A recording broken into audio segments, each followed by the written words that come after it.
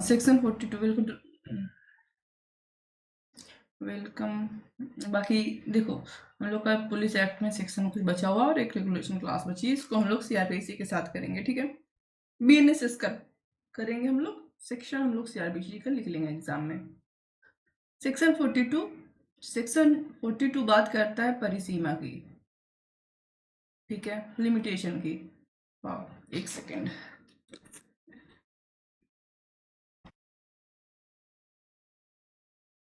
जैसे हर एक्ट में कुछ ना कुछ लिमिटेशन होता है कि कब कितने समय में कार्यवाही होगी, टाइमिंग बताई जाती है, उसी को कहते हैं परिसीमा। चलो, किसी व्यक्ति के विरुद्ध वे सब कार्यवाहियां और अभियोजन जो अधिनियम के बंदों के अधीन की गई या किए जाने के लिए आशायित या तदर्थ द्वारा दी गई साधारण पुलिस शक्तियों के अधीन की गई किसी बात के लिए वैधता किए जा सकते हैं।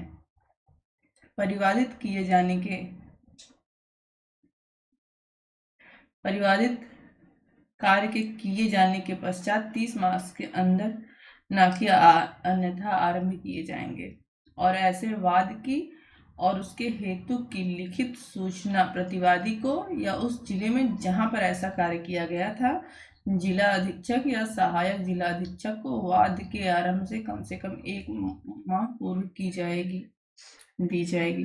बोल रहे इस एक्ट के अंतर्गत कोई कार्य किया गया और उस पर केस चलना है, परिवाद चलना है, ठीक है। तो जिस दिन वह कार्य हुआ उसके 3 मंथ के अंदर आपको केस प्रारंभ करना होगा, उसके बाद नहीं, ठीक है ना।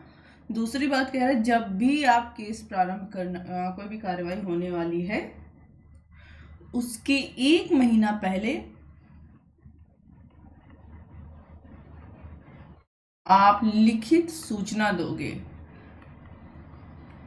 तो किसको दोगे लिखित सूचना? तो जिसके खिलाफ केस कर रहे हो, ठीक है, आरोपी के, प्रतिवादी के ऊपर, ठीक है, प्रतिवादी के ऊपर,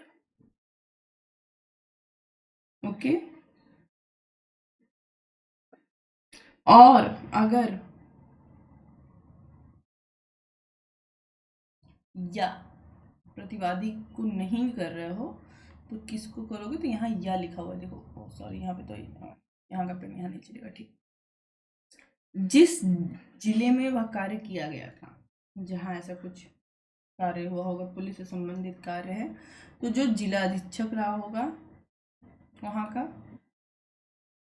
जिस कार्य के बारे में केस होना है, या सहायक जिला अधीक्षक रहा होगा उसको। तो अर्थात मान लो कि 1 अगस्त 2025 को कोई कार्य हुआ जिसके खिलाफ केस करना है, वाई के खिलाफ, ठीक है। तो इसके 3 महीने के अंदर हमें कार्रवाई शुरू करनी है। तो 1 अगस्त को हुआ है और जब भी केस शुरू होना होगा उसके 1 महीने पहले वाई को लिखित सूचना मिलनी चाहिए, ठीक है, ओके। अभितुष्टि की निविदा।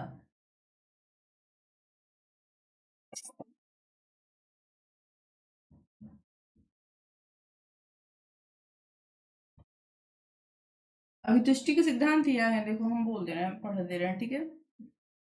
अभितुष्टि का सिद्धांत यह है कि जो वाद चलाए जाने के पूर्व यदि प्रतिवादी के द्वारा या निमित्त प्रयुक्त जो निविदा की गई है,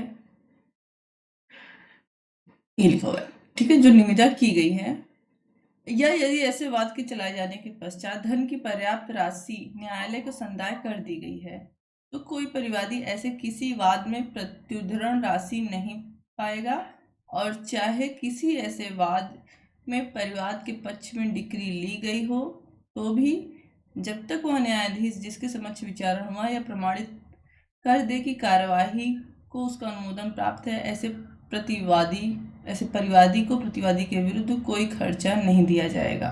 क्या अर्थ है इसका? इसका मतलब यह है कि परिवादी को अगर पहले से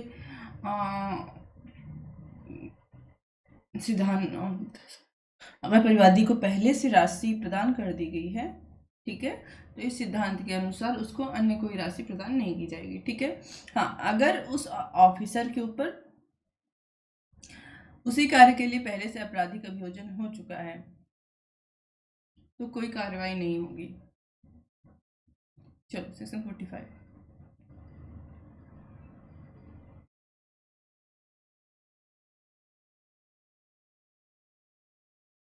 यह अभिवचन की कार्य वारंट के अधीन किया गया था। जब किसी पुलिस अधिकारी के खिलाफ कोई कार्यवाही या अभियोजन अधिकारी की हैसियत से उसके द्वारा किए गए किसी कार्य के लिए चलाया जाए या कोई कार्यवाही की जाए तो उसके लिए अभियोजन करना विधिपूर्ण होगा कि ऐसा कार्य मजिस्ट्रेट द्वारा निकाले गए वारंट के अनुसार हुआ था।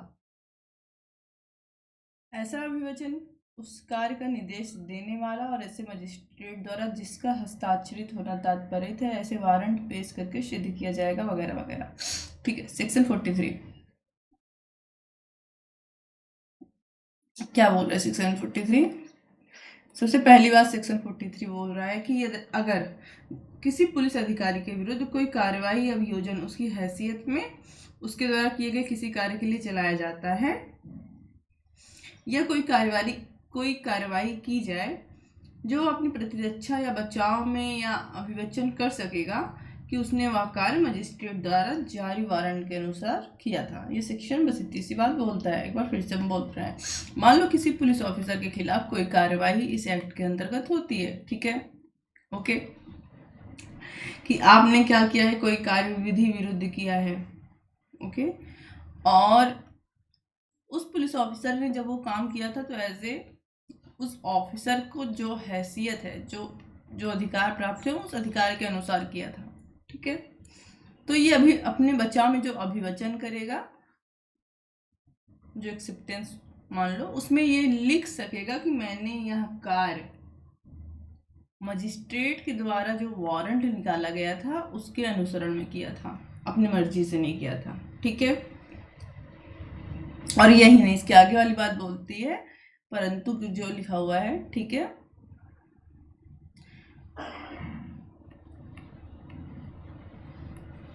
कि भले ही ऐसे मजिस्ट्रेट को, ठीक है, भले ही ऐसे मजिस्ट्रेट को अधिकार नहीं था। ठीक है। मजिस्ट्रेट ने जो ये वारंट निकाला था वो अल्ट्रा वायरस था या अधिकारातीत था।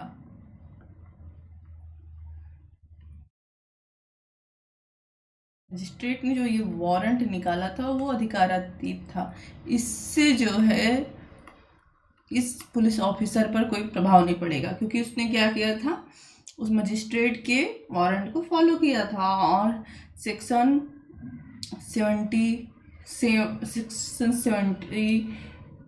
78 इंडियन एविडेंस, सॉरी एक मिनट यहाँ लिख दे रहे हैं। सेक्शन 78 आईपीसी में हमने देखा था, है ना। और सेक्शन 15 यही है ना कि न्यायालय के द्वारा किए गए किसी कार्य को फॉलो करने में कोई कार्य किया जाता है तो वो अपराध नहीं होता है। या विधि द्वारा आबद्ध ले लो, सेक्शन 76 या सेक्शन 13 ले लो। ठीक है। ये बीएनएस का होगा, बीएनएस का है ये। ठीक, ये बीएनएस का है। ठीक है। इसके बाद ये प्रोवाइजो कहता है, इसके बाद ये प्रोवाइजो कहता है कि जो पीड़ित है, ठीक है, जो पीड़ित, यहाँ देखो, परंतु सदैव कि यह ऐसा वारंट निकालने वाले प्राधिकारी के खिलाफ जो कोई उपचार पक्षकार को प्राप्त है वह इस धारा में अंतर्विष्ट किसी बात को प्रभावित नहीं करेगा। कि ठीक है, वारंट निकालने का अधिकार जिस अधिकारी को था और नहीं भी था, लेकिन आप बचाव ले रहे हो, ले लो, लेकिन अगर कोई व्यक्ति जो प्रभावित हुआ है उसको जो उपचार मिलने चाहिए और इस एक्ट में वर्णित हैं उस पर इसका कोई प्रभाव नहीं पड़ेगा। सेक्शन 44 पुलिस अधिकारी एक डायरी रखेगा। ठीक है। पुलिस अधिकारी एक डायरी रखेगा। प्रत्येक पुलिस थाने का भार साधक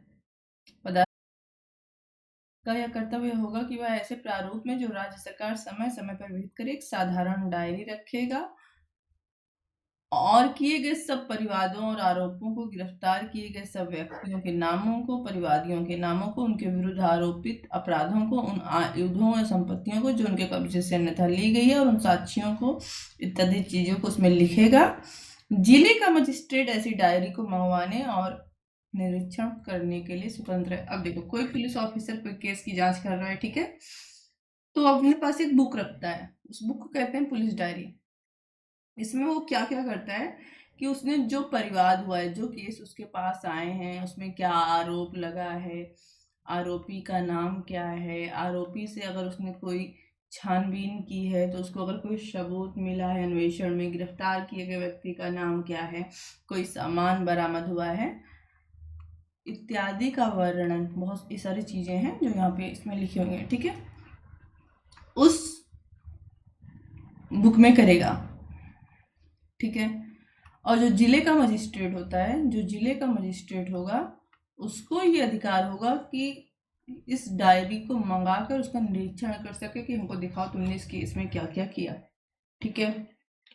सेक्शन 45 के बाद आएगा सेक्शन 44 के बाद आएगा सेक्शन 45, लास्ट सेक्शन है, और ये कहता है राज्य सरकार विवरणियों को प्रारूप विहित कर सकेगी। राज्य सरकार यह निर्देश दे सकेगी कि महानिरीक्षक और अन्य पुलिस अधिकारी ऐसे विवरणियां भेजें जो राज्य सरकार को उचित प्रतीत हो, और राज्य सरकार यह प्रारूप विहित कर सकेगी जिसमें ऐसे विवरणियां दी जाएंगी। ओके, तो ये तुम्हारा पुलिस एक्ट समाप्त हुआ फाइनली, और हम लोग करेंगे रेगुलेशन।